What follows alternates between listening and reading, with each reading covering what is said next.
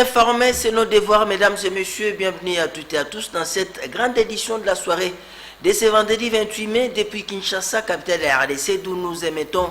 Mais bien avant, prenons les titres de cette grande édition de la soirée. Le 4e Conseil des ministres du gouvernement central de la RDC a eu lieu ce vendredi 28 mai 2021 par visioconférence. Sous le leadership du président de la République, l'exécutif national s'est penché entre autres sur la situation d'après-éruption volcanique de Nyiragongo. Le nouvel entraîneur de l'OPAR, l'Argentin Hector Raúl Cooper, qu'accompagnaient les ministres des Sports et les membres de la FECOFA, est allé le jeudi 27 mai présenter ses civilités au Premier ministre. Comme l'indique une partie de ces sommaires, le chef de l'État Félix-Antoine Tshisekedi Tshilombo a présidé depuis son bureau planté en pleine cité de l'Union africaine dans la commune d'Engalema la 4e réunion du Conseil des ministres. Ont pris part à cette grande réunion gouvernementale le Premier ministre Jean-Michel Samalou Kondé Kienge, le vice-premier ministre, le ministre d'État, le ministre ainsi que les vice-ministres. Au cours de cette grande réunion gouvernementale en visioconférence, on a échangé autour de plusieurs sujets, notamment la situation humanitaire dans les chefs-lieux du Nord Kivu, la ville de Goma, et l'évaluation de la décision gouvernementale prise en concertation avec le gouvernement local de Goma sur l'évacuation de la population de Goma vers Kiwanja, Rutshuru, Kibumba et la localité de Sake. Dans les heures qui suivent, dans nos prochaines éditions, nous allons vous présenter le compte rendu de cette grande réunion gouvernementale qui sera bien sûr lu par le porte-parole et ministre de la Communication et Médias, Patrick Amouyaya Katemwe. On y reste toujours à Goma, dans la partie orientale de la RDC, chef-lieu de la province du Nord Kivu. Cette fois-ci, on va prendre l'œil de nos confrères de la presse internationale. Euronews évalue la décision prise par le gouvernement de la RDC le 22 mai sur l'évacuation des 10 des quartiers qui composent la ville de Goma. L'ordre d'évacuation donné à Goma, c'est dans la cohue, l'énervement et la poussière que des files de véhicules surchargés et des milliers de piétons tentaient de quitter la ville. Le réveil du volcan Nyiragongo et ses coulées de lave souterraines qui se dirigent vers le lac Kivu menacent la vie des 600 000 habitants. 10 quartiers sur 18 doivent être vidés. Au début, ils nous ont dit d'attendre les détails du plan d'évacuation. Ce matin, nous avons été surpris d'entendre qu'il n'y a que ceux qui vivent dans certaines zones qui doivent évacuer. Ils ont dit qu'ils fourniraient des véhicules, mais pour l'instant, il n'y a rien. Des militaires et policiers peu nombreux tentaient d'encadrer cette évacuation vers Sake, à 25 km plus au nord-ouest de Goma. Mais depuis la première éruption inattendue de samedi dernier, 400 séismes ont suivi et c'est la panique. Certains habitants de Goma vont à Kiwanja, d'autres dans le Grand Nord comme le territoire de Rubero et d'autres encore ont pris la direction de Rutshuru. Les gens sont inquiets et s'ils fuient, ce n'est pas parce qu'ils le veulent, c'est à cause de l'ordre du gouvernement provincial. Ils nous ont dit d'évacuer parce qu'il y aura une autre éruption. Les gens se déplacent parce qu'ils ont peur. Les casques bleus de l'ONU ont également quitté la ville. L'ONU avait prévenu les autorités de la République démocratique du Congo qu'elle relocalisait son personnel international et national non essentiel. Retour ici à Kinshasa, capitale de la RDC, direction de la primature après sa nomination à la tête des teams 243 Moulungue, l'équipe nationale de la RDC. Le coach argentin Raúl Hector Cooper, qu'accompagnait les ministres des Sports et Loisirs, Serge Chembon Kondé et le président de la FECOFA, est allé le jeudi 27 mai présenter ses civilités auprès du Premier ministre Jean-Michel Samalou Kondé King. Reportage avec nos confrères de la presse de la primature et les comptes rendus nous est fait ici par le ministre des Sports et Loisirs, Serge Chembon Kondé. Merci beaucoup. Nous sommes venus accompagnés de la Fédération congolaise de football voir le Premier ministre pour présenter le nouvel entraîneur de l'équipe nationale des Léopards, M. Hector Cooper, qui est à ma droite. C'est lui désormais le nouveau coach de notre équipe nationale. Alors, il est à Kinshasa, sur le sol congolais, ça fait 48 heures. Et demain, nous allons procéder à différentes cérémonies, notamment celle de la signature de son contrat. Alors, avant de signer le contrat, il était nécessaire qu'il vienne d'abord présenter les civilités à l'autorité, chef du gouvernement. Écoutez, la Fédération congolaise de football est très professionnelle, avec à la tête le président Constant Omari. C'est notre organe technique qui a travaillé avec différents experts. Et à l'appel à la candidature de l'entraîneur des Léopards, nous avons reçu, ou la Fédération congolaise de football a reçu plus de 60 candidats. Et d'après les critères, ou après analyse, on a trouvé que c'était le coach qui avait un palmarès consistant, pouvant amener notre équipe nationale à retrouver son image d'antan. Parce qu'aujourd'hui, la RDC a besoin d'une grande équipe nationale digne de ce nom. La haute cour militaire siégeant au degré d'appel a rendu son verdict le 27 mai de l'année en cours dans l'affaire Mwamba wa Mwamba et consort. Elle a déclaré non établi en fait et en droit les charges sur les prévenus, notamment l'arrestation arbitraire et l'association des malfaiteurs. Une fois de plus, on retrouve notre confrère Sylvain Kapombo Bosengele. L'affaire Mwamba wa Mwamba et consort a été déclarée close par la haute cour militaire qui a jugé au degré d'appel les prévenus. L'organe poursuivant les reprochait entre autres d'association des malfaiteurs, atteinte aux droits garantis aux particuliers, arrestation arbitraire, détention illégale et enlèvement et incitation des militaires à commettre les actes contraires aux devoirs et à la discipline. Le ministère public et la défense avaient tous relevé appel contre l'œuvre du premier juge pour mal juger, statuant contradictoirement à l'égard de toutes les parties.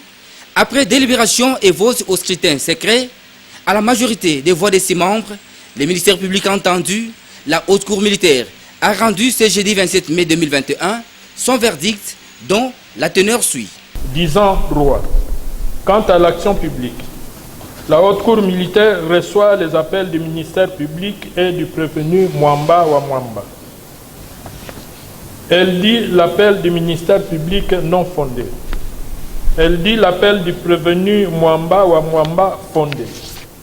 Statuant à nouveau et faisant ce qu'aurait dû faire le premier juge, la haute cour militaire dit non établi, en fait comme en droit, l'infraction d'incitation des militaires à commettre des actes contraires au devoir et à la discipline mise à charge du prévenu Mwamba wa Mwamba. Quant à l'action civile, la haute cour militaire a reçu l'appel incident de la partie civile Congolo-Katende, mais s'est déclarée sans compétence pour statuer sur cette action civile. Pour vaincre les embouteillages et bouchons à travers les artères de la ville-province de Kinshasa, les autorités établies ont mis en place un nouvel estradron, une nouvelle unité pour réussir la fluidité de la circulation à travers les routes de la capitale. Cette nouvelle unité a bénéficié de l'appui du premier des policiers de la ville-province de Kinshasa, le commissaire divisionnaire, le général Silvano Kasongo, détaille dans ses reportages avec nos confrères de la presse, la police nationale congolaise. Les embouteillages dans la ville de Kinshasa rendent de plus en plus le trafic cauchemardesque. Prenant le taureau par les cornes, le commissaire provincial de la police nationale congolaise ville de Kinshasa, le général Silvano Kasongo Kitenge, a constitué un nouvel escadron reconnaissable à la tenue légèrement différente des autres policiers. Ces éléments sortis fraîchement d'un recyclage ont pour mission principale de remettre de l'ordre sur les routes de la capitale.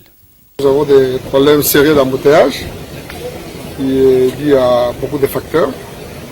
L'état de la route, mais il y a aussi l'absence de policiers. Aussi de la PCR, des fois ils abandonnent les postes. C'est pourquoi nous avons pensé à monter cet escadron d'appui. L'appui c'est ma PCR.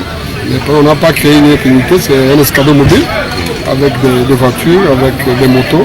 Pour, là où il y a des embouteillages, ils vont descendre rester là-bas, mettre de l'ordre et puis continuer. Bien équipés, ces policiers dont la moralité a été éprouvée n'entreront pas dans les véhicules des personnes interpellées. C'est plutôt l'auteur de l'infraction qui sera embarqué à bord du véhicule de la police et sa voiture amenée à la fourrière par la dépanneuse. Ce n'est pas une mission permanente d'être sur la route. Ils ne sont pas là aussi pour le contrôle des véhicules, ils sont là pour régler la situation. Ils ont la mission principale aussi d'arrêter les gens qui prennent la troisième bande et ceux qui entrent dans le sens contraire. C'est un message fort pour tous ces disciplinés, tous ces chauffeurs, ces voyous qui sont au volant, qui ne respectent pas le code de la route, qui se comportent comme si nous étions dans une jungle. Ces policiers qui ont été recyclés vont user de toutes leurs forces pour qu'il y ait de l'ordre. Tous les Quinois espèrent maintenant que ces nouveaux escadrons vont juguler les embouteillages monstres dans la capitale. Ceux qui ne prennent les volants que les dimanches et les jours fériés pourront peut-être recommencer à conduire les jours ouvrables.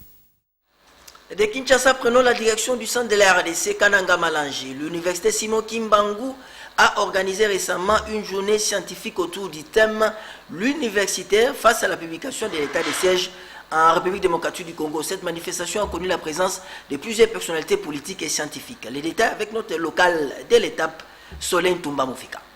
Cette activité qui a drainé plusieurs spectateurs, il s'est agi aux scientifiques de porter une réflexion sur les thèmes l'universitaire face à la publication de l'état des sièges dans la société RD congolaise. C'est là, sous la houlette du professeur Blaise Mouya Mayoyi, recteur de l'université Simon Kimbangu de Kananga. Au cours de cette activité, environ 6 panels ont été développés dans lesquels l'état des sièges, une analyse praxologique des jets et enjeux, développée par les professeurs Théo Mwamba, le respect des droits de l'homme à l'épreuve de l'état des sièges, développé par les bâtonniers honoraires Maître Dominique Kambala Nkongolo, mais aussi apport de la nouvelle technologie de l'information face à l'état des sièges. Pour ne citer que cela, après l'exposition, vient le temps des jets de questions qui ont permis aux scientifiques, venus pour la circonstance, de tourner une réflexion à même de contribuer à la réussite de cette initiative du chef de l'État, Félix-Antoine Tshilombo Tshisekedi. Pour le professeur Théodore Mwamba, l'un des panélistes, sa conclusion porte sur l'on peut donc arriver au succès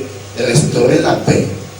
Quelle est notre part, nous qui participons à cette journée scientifique? Notre part, d'abord, de nous approprier cet état de siège, voir les enjeux et les jeux. Et notre part, surtout, je l'exprime en termes d'un proverbe pour terminer. Kanika Kajiko. Est-ce qu'il est possible que nous puissions intérioriser ce proverbe, que nous puissions intérioriser cette image, pour que nous disions que Kanika Kajiko à travers l'université Simon Kimbangu? Même réflexion pour Maître Dominique Kambala Nkongolo, bâtonnier honoraire de l'ordre des avocats. Signalons qu'au cours de cette activité, le professeur Blaise Mouya, recteur de l'université Simon Kimbangu, a présenté au public la 5e revue produite par les chercheurs de cette université à Kananga. D'une province à une autre, prenons la direction de la province de l'Équateur, son chef-lieu, la ville d'Mbandaka, avec cette déclaration de la nouvelle société civile du Congo de la province de l'Équateur qui s'insurge contre les personnes mal intentionnées qui sabotent l'image de l'université de Mbandaka. Son coordonnateur l'a dit au micro de notre local de l'étape, José Mazao Soukouma. Toujours vigilant pour la cause de la province, la nouvelle société civile de l'Équateur conduite par Jean-Paul Kayembe a monté au créneau pour dénoncer les comportements de certaines personnes mal intentionnées qui cherchent à déstabiliser l'unique université de l'Équateur, à savoir l'université de Mbandaka Inimba. Selon la nouvelle société civile, ces personnes se dénombrent parmi les chefs de travaux, les étudiants, les anciens étudiants, et quelques politiciens avérés basés à Mbandaka, Kinshasa et ailleurs. Le coordonnateur de la nouvelle société civile, Jean-Paul Kayembe, met en garde toutes ces personnes, faute de quoi il va les citer de leur nom. Ces malfaiteurs, sémères des troubles, cherchent le départ du recteur Jean-Pierre Lianzanza Lokeke et pour le remplacer par un nouveau recteur qui est dans leur poche. Et Jean-Paul Kayembe, coordonnateur provincial de la nouvelle société civile congolaise, province de l'Équateur, compte faire échec à cette manœuvre sordide. Nous dénonçons l'instrumentalisation de quelques jeunes pour nuire et détruire l'image de notre unique université de la province de l'Équateur. Nous avons des constats amers pour voir qu'il y a quelques individus au niveau national qui veulent terniser et bloquer le développement de l'université de Mbandaka, Inimba en cycle. Verkis Kiamwangana Mateta, artiste et musicien congolais de renom et de renommée internationale, saxophoniste de son état, fête ses 77 ans d'âge et 60 ans de carrière musicale. Quels sont ses hauts faits d'armes dans l'art d'Orphée en République démocratique du Congo? Tentative de réponse dans ces reportages signés Patrick Polidon Gazami, Tito Mabouidi sur les images Nari Noël Mboutavokia. Né à Kisantu le 19 mai 1944, Verkis Kiamwangana Mateta, surnommé l'homme au poumon d'acier, saxophoniste, chanteur, producteur et auteur-compositeur, fête ses 77 ans et ses 60 ans de carrière musicale et de mécénat. Il a contribué à l'émergence de la musique congolaise en créant une maison de production et d'édition musicale où la plupart des grands noms de la musique congolaise ont été produits par son label VV, où l'écurie VV regroupe des orchestres ci-après: Bela Bela, Empire Bakuba, Langa Langa Star, Victoria Eleison, Zaiko Langa Langa. À 77 ans d'âge et à 60 ans de carrière musicale, Verkis Kiamwangana est déçu par l'État congolais qu'il dit ne l'avoir pas soutenu pour tout ce qu'il a fait pour l'émergence de la musique congolaise. Moi j'ai travaillé beaucoup. Tous les artistes que vous voyez aujourd'hui, les jeunes, tout ça, ils sont passés par chez moi. Parce qu'il y a eu un moment où j'ai acheté des instruments pour les artistes qui n'avaient rien. Je les ai aidés, mais tout ça, Dieu peut me soutenir. Hein? Au lieu d'aller par-ci, par-là, c'est pourquoi moi je pense que tout ce que je fais pour les artistes, ils doivent être reconnaissants. Verkis Kiamwangana est l'un des derniers monstres sacrés de la musique congolaise, toujours actif sur la production scénique. Joyeux anniversaire à Verkis Kiamwangana, l'homme au poumon d'acier. Léonard Kalombo, journaliste AC2 Sport TV émettant depuis Kinshasa, capitale RDC, est au micro d'Esther Badibiabiab et de Damien Maungungos, ses binômes reporters qui composent la rubrique Actualité vue par les autres, et il évoque les faits marquants débattus au sein de cette rédaction. L'évacuation de nos compatriotes des 10 quartiers de Goma, qui est vraiment à l'actualité, c'est ce qui préoccupe la majeure partie des Congolais. Ils sont inquiets de la situation de ceux qui sont obligés de se déplacer après cette alerte d'une menace de tremblement de terre due à l'éruption volcanique de Nyiragongo. C'est cette victoire de V-Club hier qui en principe devrait lui octroyer le sacre de cette édition du championnat national. Mais on ne peut pas affirmer ça, confirmer ça pour l'instant. Pourquoi? Parce qu'il y a des plaintes qui ont été introduites par certains clubs, notamment Mazembe à l'endroit des Dauphins Noirs, V-Club à l'endroit des Mazembe, et puis Don Bosco à l'endroit de V-Club. Bref, c'est ce qui perturbe, en fait, c'est ces soucis-là qui inquiètent un peu le sportif, et ça représente en tout cas le plus gros sujet, et c'est d'ailleurs des décisions qui sont vraiment attendues pour l'instant. Mais en dehors de ça, il y a également au niveau de l'équipe nationale l'arrivée de l'entraîneur Hector Cooper qui est là, qui devrait conduire la sélection nationale de la RDC. Donc je pense que ce sont là les deux sujets principaux au niveau de l'actualité sportive. Jeudi 27 mai, journée marathon au cabinet ministériel des sports et loisirs. Son titulaire, Serge Chimbon Condé, a reçu plusieurs personnalités politiques et une délégation de la Fédération congolaise des judo. C'est jeudi 27 mai 2021. Première à franchir les Rubicons et Déon Koussou, élu national de Matadi dans le Congo central, qui est venu partager avec les patrons du sport congolais les travaux du stade Lumumba de la ville portuaire. Je suis député national. Je pense que ce stade a droit au financement venant du niveau national. Charles Okoto, Lola Kombe, élu de Loja dans les Sankourou, a partagé son expérience de grand dirigeant sportif avec Serge Chembon Kondé. La révolution que nous avons faite, c'était juste pour que nous puissions aider le chef de l'État, contrairement aux autres qui disaient qu'ils seront derrière le chef de l'État, mais nous disons nous serons avec le chef de l'État. Néanmoins, pour la deuxième raison, puis ma petite expérience au niveau des sports, nous avons décidé également de partager avec lui. Avec la Fédération nationale congolaise de judo, il a été question du sacre continental de la judokate congolaise d'origine allemande, Marie Brancer, dans les moins de 78 kilos à Dakar au Sénégal. On est dit seulement pour le dire ce qui s'est passé. Nous avons une médaille, une deuxième médaille d'or avec le même athlète et qu'elle est qualifiée pour les JO. Pour cette médaille, la RDC a tant réservé un accueil digne de son rang à Brancer Marie pour sa deuxième médaille consécutive en Afrique. Le TP Mazembe Football féminin est arrivé à Kinshasa le 27 mai dans la soirée par l'aéroport international d'Njili. La formation doublement sacrée, championne de Lumbashi et du Okatanga, va prendre part à la Coupe du Congo du football féminin dans la capitale. Le 27 mai par l'aéroport international d'Njili, c'est une forte délégation de TP Mazembe féminin doublement sacrée, champion de Lumbashi et du Okatanga, qui s'apprête à prendre pied à la 12e édition de la Coupe du Congo de football féminin dont le go a été donné le 25 mai dans la capitale. Les filles de Jeff Kampondo Katanga sont plus que motivées et déterminées à jouer le haut du tableau.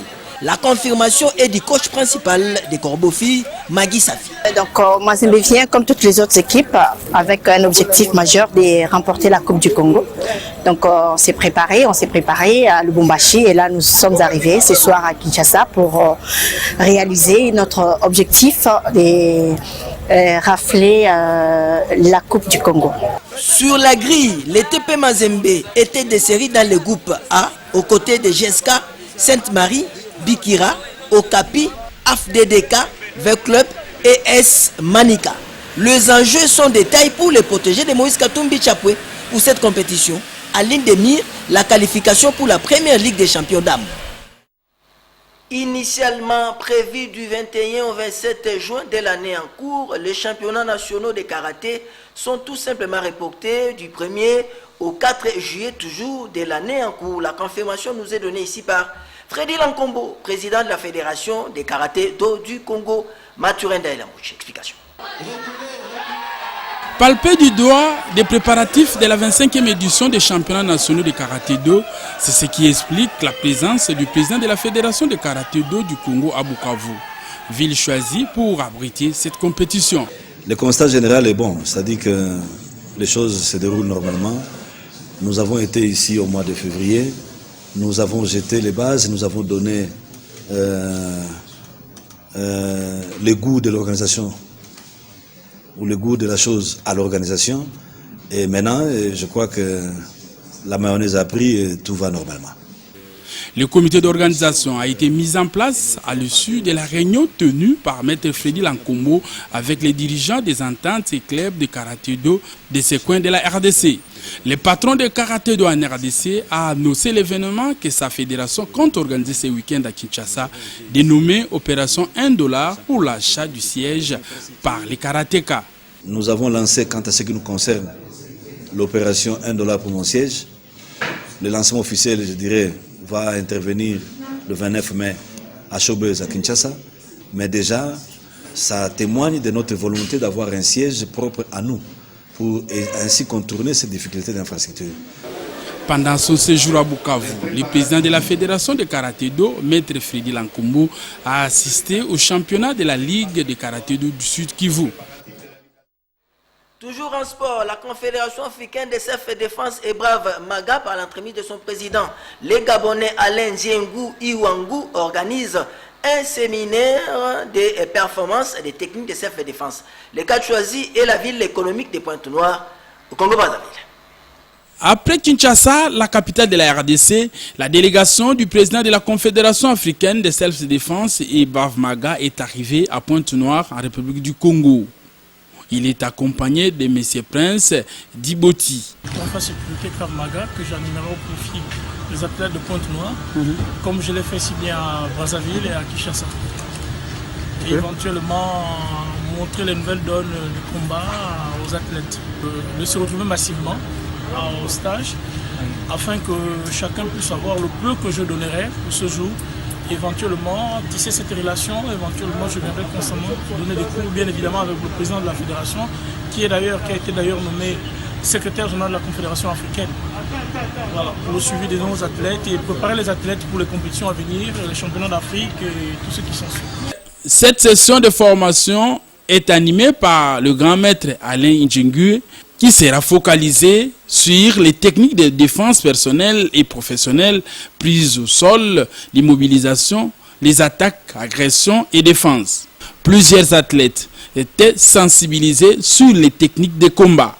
A noter que le séminaire international de Pointe-Noire s'est clôturé sur une note positive. Le comité d'organisation du séminaire a décerné les brevets de participation et les diplômes aux ceintures noires. Prenons à présent la direction des bacs et rayons de la capitale pour lire les journaux parus ce vendredi 28 mai à travers la capitale, la revue de presse, sélection et commentaires. Patrick Polidor, Gaziami.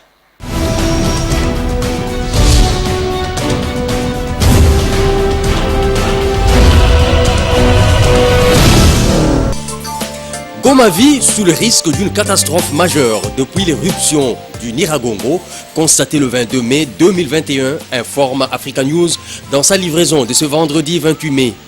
Les données actuelles de la sismicité et de la déformation du sol indiquent la présence des magmas sous la zone urbaine de la capitale du Nord Kivu, avec une extension sous le lac Kivu, écrit le tri hebdomadaire qui rapporte les propos du gouverneur militaire, le général Constant Ndima, dans lesquels celui-ci évoque la probabilité d'une éruption à terre ou sous le lac Kivu, sous peu, voire sans aucun signe précurseur. Soudain, poursuit le journal, l'exécutif national a ordonné l'évacuation obligatoire et préventive de 10 des 18 quartiers de Goma. Une décision à travers laquelle le gouvernement prévient une série de risques que la prospérité énumère, à savoir le risque d'accentuation des tremblements de terre ressentis de manière continue depuis le 22 mai dernier, le risque d'une explosion des poches de gaz sous les lacs, le risque d'une éruption volcanique secondaire et le risque de toxicité de l'environnement ambiant du fait de la poussière et des cendres émises dans l'atmosphère par le volcan. Ce sont là les 4 types de risques auxquels Goma fait face, risques qu'évoque aussi la référence plus, qui s'attarde sur les propos du ministre de la Communication et Médias Patrick Mouyaya, tenu lors du point de presse qu'il a animé hier jeudi. Ce dernier a laissé entendre qu'un retour dans un bref délai de ceux qui se sont déplacés pourrait être organisé si les données des scientifiques changent positivement demain ou après-demain. Pour l'instant, fait remarquer la tempête des tropiques, Goma se vide. C'est la panique. Le chef-lieu du Nord Kivu se vide d'une partie de ses habitants, lit-on à la une du quotidien Le Journal, qui avance par ailleurs un bilan des dégâts matériels de l'éruption volcanique. 3629 maisons ravagées par la lave, 23 toits de maisons emportés, la route Goma-Rutshuru coupée par la lave, 3 structures sanitaires et 12 écoles primaires et secondaires détruites. Selon l'Organisation internationale de migration, indique le quotidien, 26 000 personnes, environ 4 500 ménages, seraient sans abri. Une partie de la ville de Goma est donc évacuée, comme le titre Le Potentiel. Une situation inédite, souligne le quotidien, qui précise que l'évacuation s'est faite vers la localité de Saké, dans le territoire de Massissi, et celle de Rutshuru.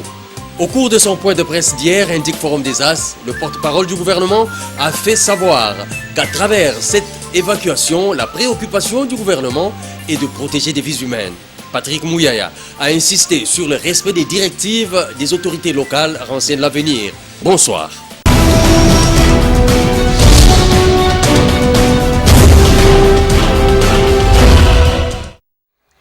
Cette balade des journaux parus ce vendredi 28 mai met fin à cette grande édition de la soirée, mais bien avant, prenons les rappels des titres. Le 4e Conseil des ministres du gouvernement central de la RDC a eu lieu ce vendredi 28 mai 2021. Par visioconférence, sous le leadership du président de la République, l'exécutif national s'est penché entre autres sur la situation d'après éruption volcanique de Nyiragongo. Le nouvel entraîneur de l'OPAR, l'Argentin Héctor Raúl Cooper, qui accompagnait les ministres des Sports et les membres de la FECOFA, est allé le jeudi 27 mai présenter ses civilités au Premier ministre.